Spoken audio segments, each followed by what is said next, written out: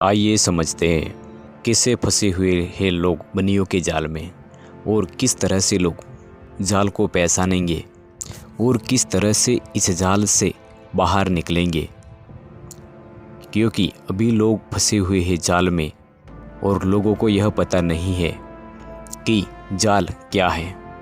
अनुपदास जी महाराज ने तो यह बताया है कि इन बनियों ने वास्ते यह जाल चलाया है और बताया है कि इन बनियों ने बलराजा के बाद से यह जाल चलाया है और यह भी बताया है कि इन बनियों के अनेक तरह के जाल और फरेब है। तो अनुपदास जी महाराज ने बताया है कि इन बनियों के जाल में जो शख्स फंसता है फिर उसका निकलना बहुत ही मुश्किल हो जाता है।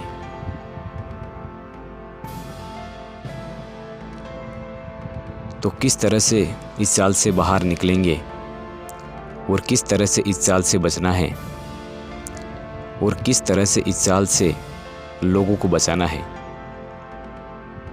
वो इस वीडियो में हम जानेंगे। अनुपदास जी महाराज ने बताया है कि इन बनियों के अनेक तरह के जाल और फरेब हैं। जाल यानी किसी चीज में फंसे हुए रहना और फंस जाना, उसी को जाल कहते हैं। गलत चीज़ों में फंसना, जैसे अभी संसार के लोग जाल के ऊपर ही चल रहे हैं। जैसे किसी को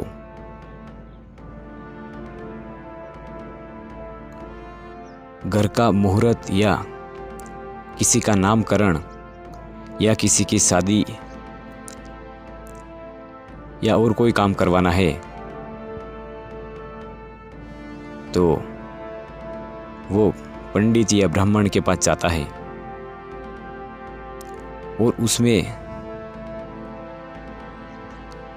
सब मुहूर्त वगैरह निकाल कर वो काम करवाते हैं। और किसी की नई गाड़ी या किसी भी तरह को कोई काम करवाना है तो वो लोग सीधे ब्राह्मण के पास जाते हैं। तो ब्राह्मण जो कहता है वही वो लोग करते हैं। तो ब्राह्मण को कैसे पता चलता है यह जान लेते हैं, क्योंकि जिस तरह से हम, तुम और संसार के लोग हैं, उसी तरह ब्राह्मण भी एक हमारे तुम्हारे जैसा ही आदमी है। क्योंकि ब्राह्मण कोई मालिक से मिलके तो आता नहीं है।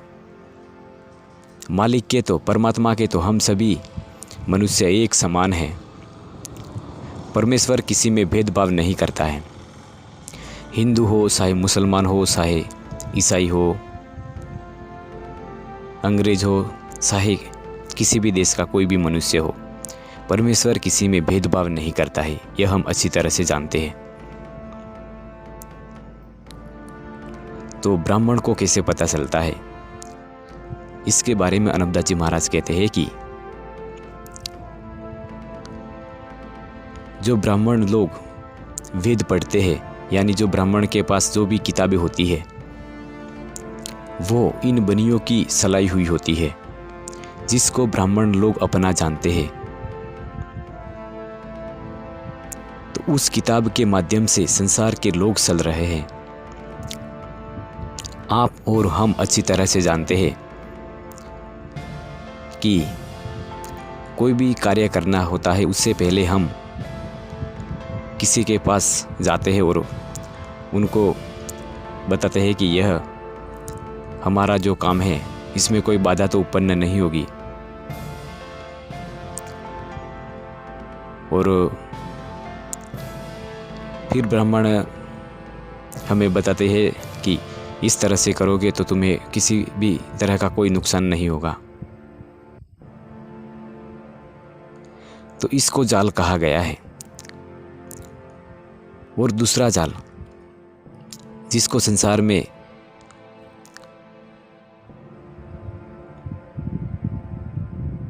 भविष्यवाणी, चमत्कार और परसा कहते हैं, यह एक दूसरा जाल है।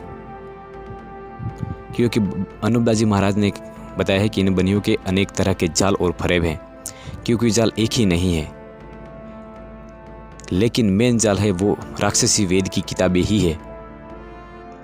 राक्षसी वेद की किताबें यानी जिस किताब के अंदर 84 लाख कुंडियों का वर्णन किया हुआ रहता है, जिसमें 84 लाख कुंडियों का हाल लिखा हुआ रहता है, वो मेन जाल है।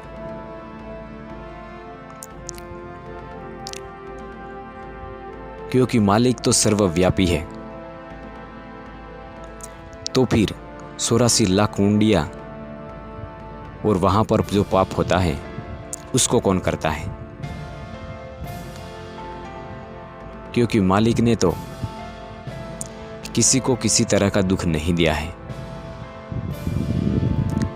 मालिक ने तो संसार को अमर रहने के लिए औलाद दी है। अगर मालिक को इस दुनिया का सर्वनाशी करना होता तो मालिक औलाद नहीं देता, क्योंकि मालिक ने सभी को औलाद दी है और किसी किस्म की कोई कमी नहीं रखी है। तो मालिक ने तो संसार को अमर रहने के लिए पैदा किया है और सबको औलाद दी है, क्योंकि मालिक को किसी तरह का कोई नुकसान नहीं करता है। जिसको दुनिया के लोग स्वर्ग और नर्क जानते हैं और कहते हैं कि वहाँ पर राज लहू की कुंडियाँ हैं, तो वो कुंडियाँ इन बनियों के घर की है और बनिए वहाँ पर पाप करवाते हैं दुनिया के नाम का।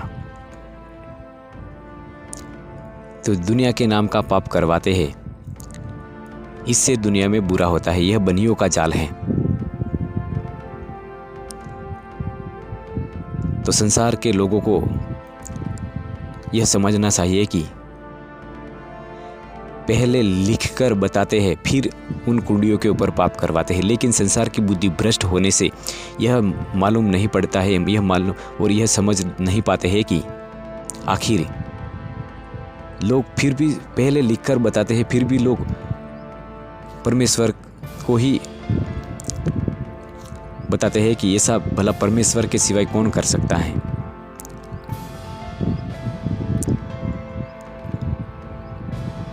तो अनूपदास जी महाराज कहते हैं कि पहले लिखकर जाहिर करते हैं, उसके बाद पाप करते हैं। अगर लिखकर पहले नहीं करे तो संसार के लोग तलाश करें कि यह सब किस वजह से हो रहा है। तो लोगों को भुलाने के लिए इन्होंने पहले से किताबें चलाई है। यह जाल, यह बड़ा भारी जाल है। किताबें चलाई है, उन किताबों में यह लिखा है कि इस बरस के अंदर ये होगा, इस बरस के अंदर ये होगा, यानी 2024 के अंदर ये होगा, 2025 के अंदर ये होगा, 26-27 के अंदर ये होगा। इस तरह की किताबें लिखकर इन्होंने जाहिर की है। और जो अच्छे साधु फकीर होते हैं, जो साधु बड़े बड़े साधु होते हैं, जो उन्होंने मालिक की भक्ति की है, उनके नाम उस किताब पर लिखकर जाहिर करते हैं। वो इसलिए करते हैं कि लोग यह समझेंगे कि ये सब इन्होंने भविष्यवाणी की है, इसलिए होता है। लेकिन किसी के बोल देने से कुछ नहीं होता है। बोल देने से, सिर्फ बोल देने से नहीं होता है।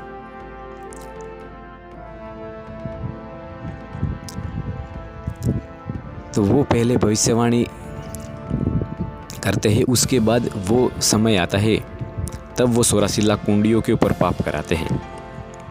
पाप का मतलब होता है वो वहाँ पर जीव हत्या करवाते हैं, होम करते हैं, जो हवन होता है वैसा 84 लाख राध लहू की कुंडियाँ बनाई है, वहाँ पर वो पाप करते हैं, जीव हत्या करते हैं और मंत्र उच्चारण से वहाँ पर सब विधि से काम होता है। तो वो पाप आप जिसके नाम का किया रहता है और जिस मुल्क का, यानी जिस देश में और जिस जगह का नाम का पाप किया जाता है, उसी को आके लग जाता है।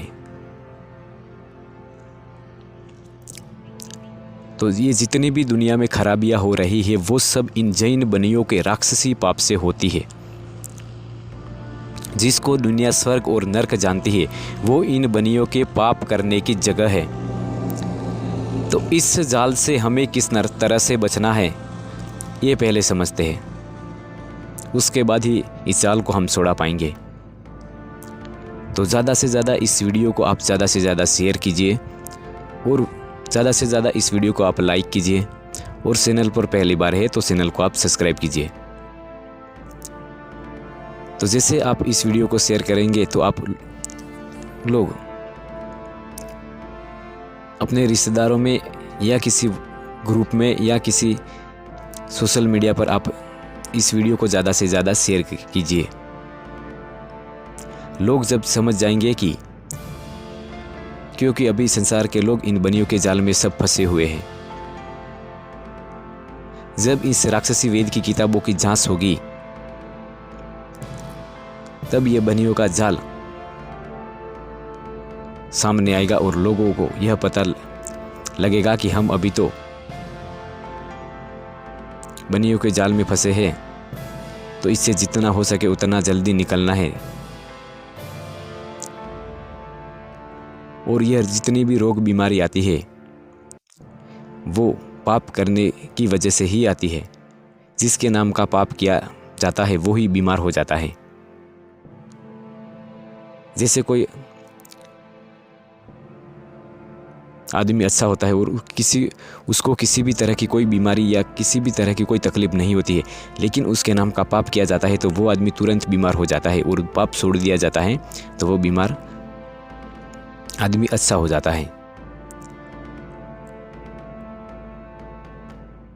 और यह बात बहुत ही ध्यान से आपको सुननी चाहिए, और बात बहुत ही आपको एक बार पहले समझ में नहीं आएगी, लेकिन आप जब जगत हितकारिणी किताब को पढ़ेंगे और जैन बनियों की राक्षसी वेद की जिन्होंने बनियों ने किताबें चलाई है वो जब आप पढ़ेंगे और बनियों की किताबें पढ़ेंगे, जब आपको अपने आप मालूम हो जाएगा कि जैन बनिए किस तरह से संसार को गारद करने में लगे हुए हैं। और जाल छोड़ाना है तो ज़्यादा से ज़्यादा इस वीडियो को शेयर कीजिए,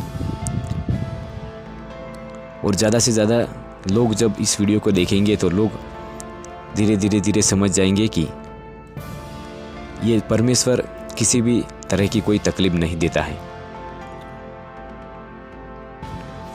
तो आशा करते हैं कि वीडियो पसंद आया होगा। पसंद आया है तो लाइक करें, शेयर करें और सब्सक्राइब जरूर करें।